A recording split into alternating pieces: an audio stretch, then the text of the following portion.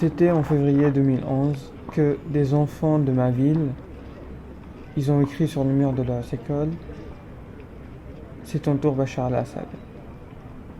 Leur punition était de les arrêter et de les torturer. Et quand je dis torturer, c'est enlever leurs ongles, c'est les électriser. Les parents de ces enfants sont allés voir le chef de la police à Dera.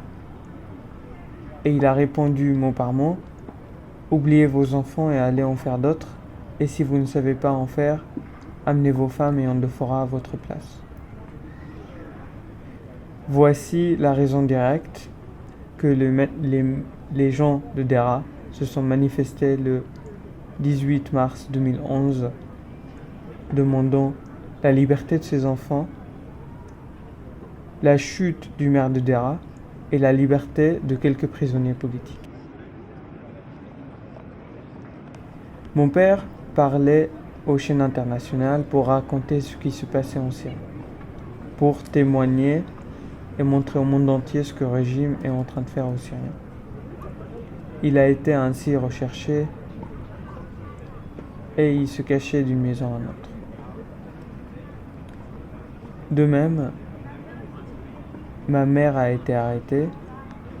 C'était un jour, on était dans la voiture, une barrière d'armée nous arrête et ils prennent ma mère. Et puis ils sont rentrés au stade de Dera. C'est là qu'on entendait qu'ils exécutaient les gens. Je regarde mon petit frère à côté de moi, il était en pleurs. Ma tante et ma grand-mère essayaient de nous calmer, mais commençaient à pleurer elles aussi. Heureusement, ils n'ont fait que lui poser des questions sur mon père, sur où était mon père. Donc mon père était déjà en France, et nous on devait aller en Jordanie à pied pendant la nuit pour qu'on le rejoigne.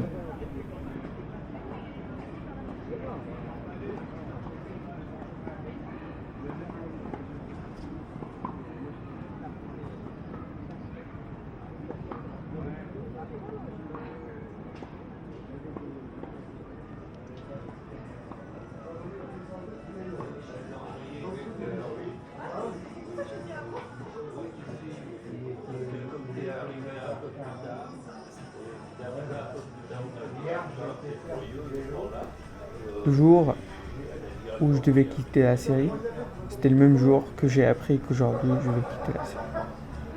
Je l'ai appris le matin et on est parti dire au revoir à mes proches.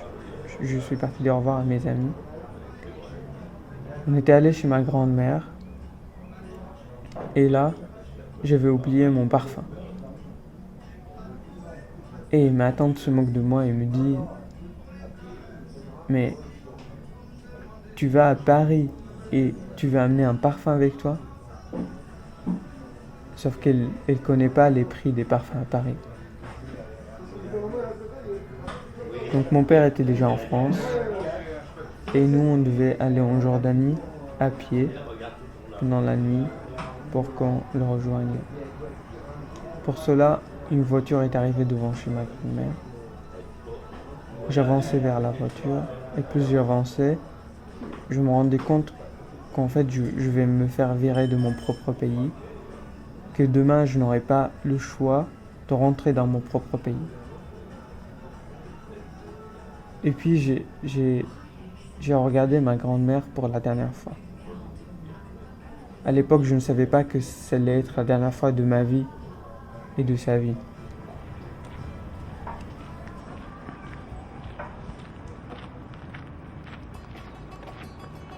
Je veux qu'on se rappelle toujours de, du début de ce qui s'est passé en Syrie, de cette révolution pacifique lorsqu'on parle de la Syrie.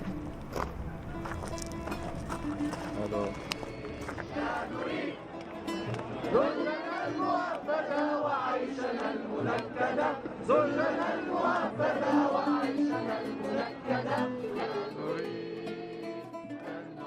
Le régime syrien et la police syrienne n'a pas hésité une seconde à tuer des gens là-bas pour les faire craindre, pour leur dire que si vous continuez comme ça, on va juste vous tuer, ça va vers le pire. Ça a continué ainsi le premier jour, 2 morts, deuxième jour encore plus, mais plus il y avait de morts, plus le sang coulait, plus les manifestants étaient nombreux dans la rue.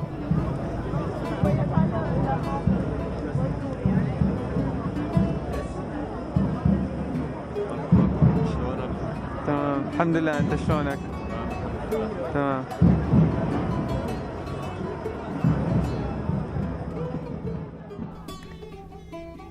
Un jour, Dera a été assiégé par l'armée syrienne. C'était un mois après le début de la révolution. Les gens des villages entourant Dera, ils ont ramassé du lait et du pain et ils ont marché des kilomètres à pied pour nourrir les enfants de Dera. Une fois qu'ils sont arrivés, l'armée les enferme dans le village, à Dera, et ouvre le feu. La Syrie n'est pas à toi. Hezbollah, casse-toi, la Syrie n'est pas à toi. Ce jour-là, 40 personnes sont tombées mortes. Moi, j'ai vu la rue le jour juste après. Et la scène était les chaussures de ces gens-là dans la rue, du lait, du pain, tout mélangé avec du sang.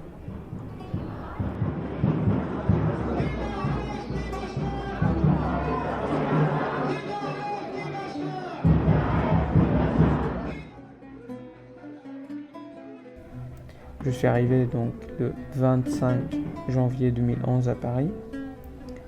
J'étais étonné par la rapidité d'Internet, de voir que, en fait, il n'y a pas des photos du président dans la rue, parce que c'est quelque chose qu'on voit partout en Syrie.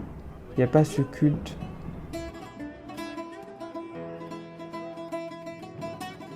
Les gens qui m'entouraient, de façon générale, étaient toujours souriants, toujours gentils.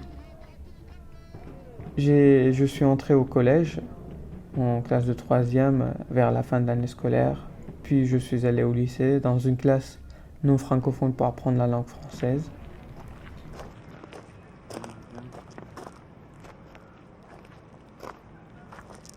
Une famille m'a accueilli à Nantes.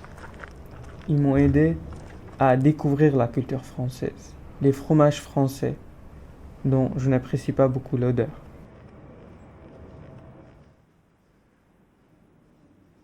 C'était la première fois pour moi de rencontrer des jeunes français. C'est avec eux que j'ai appris des gros mots que je n'aurais jamais appris à l'école, par exemple. C'est pour ça que je voudrais remercier la France qui m'a donné cette chance de continuer mes études. Je passe en 3e année en licence de mathématiques. C'est ce que j'adore faire. Et je veux qu'on se rappelle toujours du début de ce qui s'est passé en Syrie.